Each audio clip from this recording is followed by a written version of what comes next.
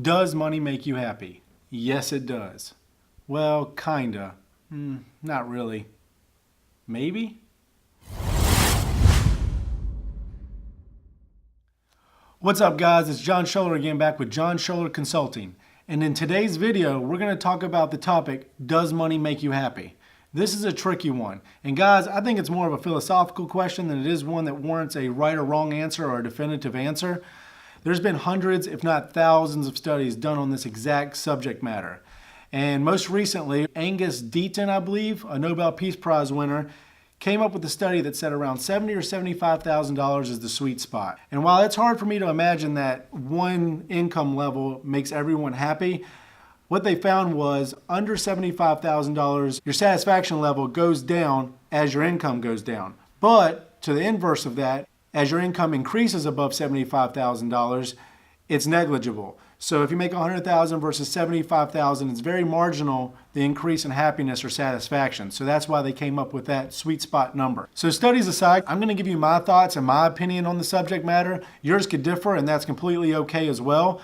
But I don't think money should be praised, but I also don't think it should be demonized. In our society, especially among the lower and middle class, money can be demonized to some extent. And I think a negative correlation with money is not healthy, especially not in the environment and the social structure that we've built. It's not going anywhere, guys. Money, currency is not going anywhere. That's just how life is. And while that might be unfortunate, the more you know about it and the more you know how to use it to your advantage, the better it is going to be for you. I can't promise your life will be any better. I can't promise you happiness, but I can promise you that if you know nothing about money, it will be used against you. It will be leveraged against you. In the society that we live in today, money and power is the ultimate leverage, and usually you don't get power without money, unfortunately.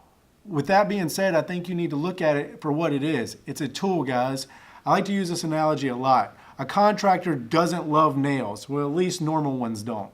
But they know they can't build that house without them, right? So they have to know how to use them. They have to know how to use the tools that they were given to build that house for them, or AKA that life we want to build. We need to know how to use money for that. So you don't have to be obsessed with money itself, unless you're weird and you just like green, useless paper, right? This stuff is basically useless. I've been without money and I've also had money. I've been miserable without money and I've also been miserable with money. I think what you're looking for is your balance, right? Oftentimes to earn more money, people work much harder or much longer hours, and that gets their life out of balance. So once you hit that, you're not seeing your family, you're not seeing your friends, you have no time for yourself.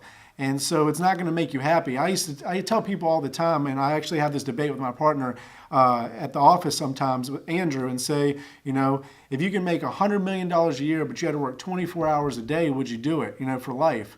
And absolutely you would not. It doesn't matter the salary, at least I hope you wouldn't. It doesn't matter the salary then if you've sacrificed all of your time. Your most important asset, or your most valuable asset, guys, is time.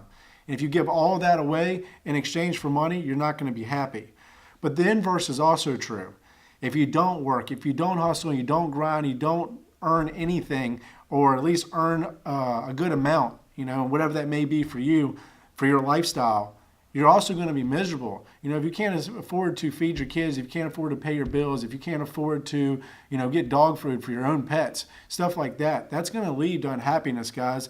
And that's just the way it is. So I guess the answer is, guys, if used correctly, money can help you build a lifestyle that is conducive to your happiness. But the reverse also stands true. If used irresponsibly, it can lead to things like divorce and bankruptcy and things that we know for a fact make us unhappy. Find your balance. And the best way to do this is I would reverse engineer it. How much money do you need for you and your family to have a good work-life balance? And I can't stress that enough, the balance. Figure out how much money you and your family needs to bring in so that you don't have to work all of your days away, 9 to 5, 10 to 6, whatever the case may be, 7 days a week. And also that you're not only making $15,000 a year, and then your family can't even enjoy anything because you don't have access to anything. All right, guys, well, that wraps up today's video. I really appreciate you guys watching. Please go subscribe to me on YouTube if you haven't already. And if you still hate money at the end of this, I am running a one-time deal where if you send me all of the money that you don't want, I will take care of it. No questions asked. You never have to worry about it again. Thanks for watching, guys. See you on the next video.